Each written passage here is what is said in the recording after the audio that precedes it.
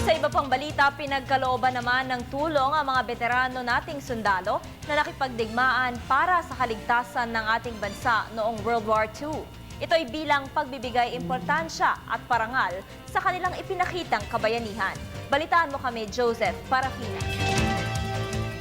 Para mas lalong maramdaman ng mga veterano ang kanilang importansya dahil sa pagtatanggol nila sa ating bansa noong mga nakalipas na digmaan, isinusulong ng dating general at ngayon ay Congressman Rodolfo Biazon na maging 20,000 pesos ang buwan ng pensyon ng mga ito.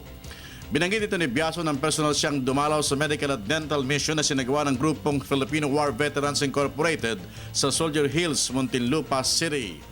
Isama na lang natin yan, ipaloob na lang natin yan doon sa 20,000.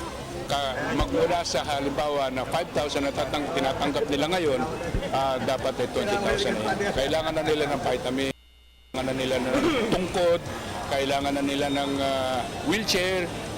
Tulad ng dati, kumpletong serbisyo publiko na naman ang dala ng grupo para sa mga veterano at mga kaanak ng mga ito. Bukod sa lalay sa kalusugan ng mamamayan, kinumpleto na rin tulad ng pagbibigay ng kagamitan sa mga matatanda, gaya ng wheelchair, tungkod at mga libreng gamot na makababawas sa gastusin ng mga ito. Kaya naman walang pagsidla ng tuwa ang mga ito sa pagpapahalagang ginawa para sa kanila. Maganda, natutulungan nyo yung mga veterano, asawa ng veterano, at yung mga hindi veterano na masyado ng may disability na. Para sa PhilVets, hindi talaga sila nagsasawang gawin ang ganitong serbisyo sa mga ito. Magandang pagpapakita kasi ito ng pasasalamat para sa kanila na talaga namang naglingkod ng tapat sa ating inang bayan. Itong medical mission natin parang na-concentrate lang dito sa Luzon. Pero actually, para naman ma-reach out natin yung mga veterans and Luzon and Visayas, meron tayong medical outreach clinics.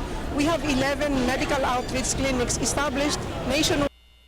Para sa Telebisyon ng Bayan, ako si Joseph Parafina.